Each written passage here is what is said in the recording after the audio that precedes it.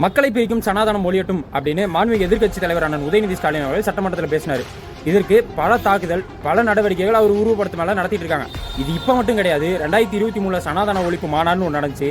அதுலேயே அவர் சனாதனத்தை எதிர்த்து பேசினார். அதற்கு அப்பையும் இதே மாதிரி தான் பண்ணாங்க. அப்போல்லாம் அவர் தலையை கொண்டாடுறவங்களும் பல கோடி விலையெல்லாம் விதிச்சாங்க, கோர்ட்டில் கேஸ் பண்ணாங்க. இதுக்கு எதுக்குமே தயங்காமல் மறுபடியும் அந்த சனாதனத்தை ஒழிப்பேன்னு சொல்கிறாருன்னா அவர் தான் உண்மையான கொள்கை வாரிசு.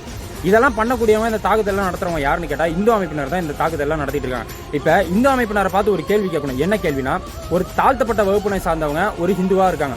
அவங்க கோயிலுக்குள்ள பெருமாள் கோயிலுக்குள்ள அனுமதிக்கல. அந்த தாழ்த்தப்பட்டவரை கூட்டிகிட்டு போய் பெருமாள் கோயிலுக்குள்ள கூட்டிகிட்டு போய் அவங்கள சாமி கும்பிட வைக்கிறதுக்கு இந்த இந்து அமைப்பினர் மேற்கொள்ளுமா எதனா ஒரு நடவடிக்கை அப்படின்னு கேட்டால் நிச்சயமாக அவங்க பண்ண மாட்டாங்க. இதையெல்லாம் மாற்றக்கூடிய ஒரே இயக்கம் திராவிட இயக்கம் தான். திராவிட இயக்கம், தந்தை பெரியார் வழியில் வந்திருக்கக்கூடிய திராவிட இயக்கம் தான் இந்த மாதிரியான வேலைகள்லாம் சிறப்பாக செய்யும்.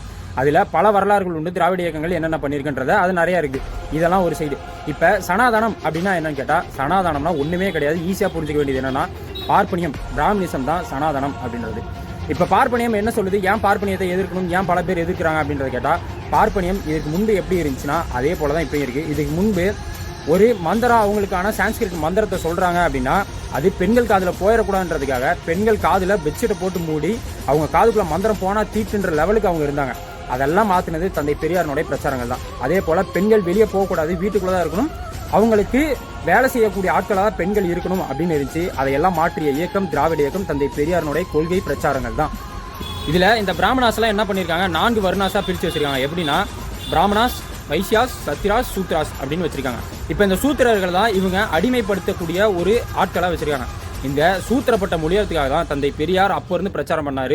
அதுக்கப்புறம் திராவிடர் கழகம் ஆரம்பித்தார், சுயமரியாதை இயக்க ஆரம்பித்தார். இப்போ திராவிட முன்னேற்ற கழகம் ஆட்சியிலிருந்து பல முன்னெடுப்புகளை எடுத்து அந்த சூத்திரப்பட்ட மொழியத்துக்கு என்னென்ன நடவடிக்கைகள் மேற்கொள்ளுமோ பண்ணுச்சு.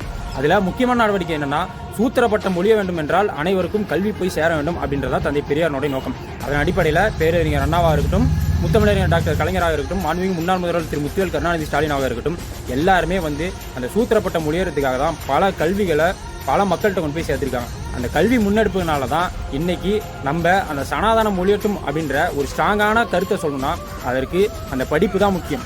அந்த படிப்பை கொடுத்தது இங்கே இருக்கக்கூடிய திராவிட இயக்கங்கள் தான். இந்த இந்து அமைப்பினர் கிடையவே கிடையாது.